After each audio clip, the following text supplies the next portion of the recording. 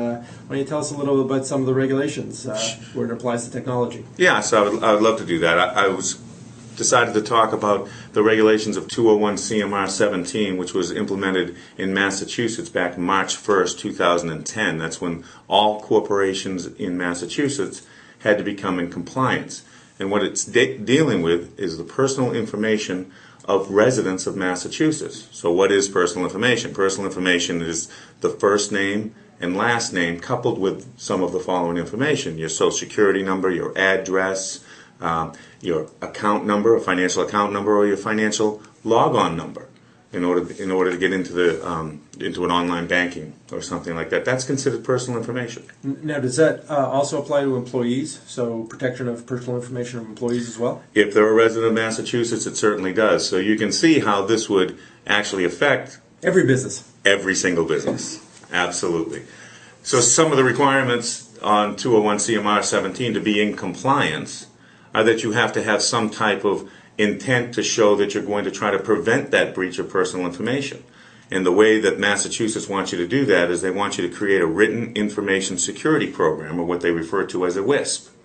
And that WISP is going to dictate what your company's policies are on trying to prevent the breach of that personal information. And then it's going to go a step further, and it's going to also state what your company will do if there is a breach of that personal information.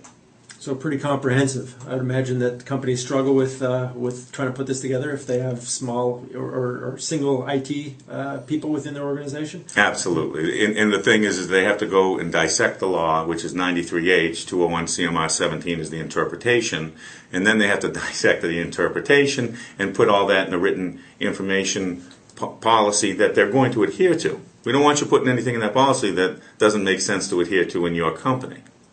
So you guys are busy at work trying to help companies become compliant? We certainly are. My brother and I own our company together, and we've spoken on the Mass Society of Certified Public Accountants seminar circuit, and we've done about 20 plus seminars on this particular issue to help companies in Massachusetts and outside of Massachusetts, because they may have Massachusetts residents working for them, get into compliance so that at the end of the day they'll have a written information security program that they're adhering to, that their employees are signing off on, and that conforms with what Martha Coakley's, the Attorney General's office, wants here in the state of Massachusetts.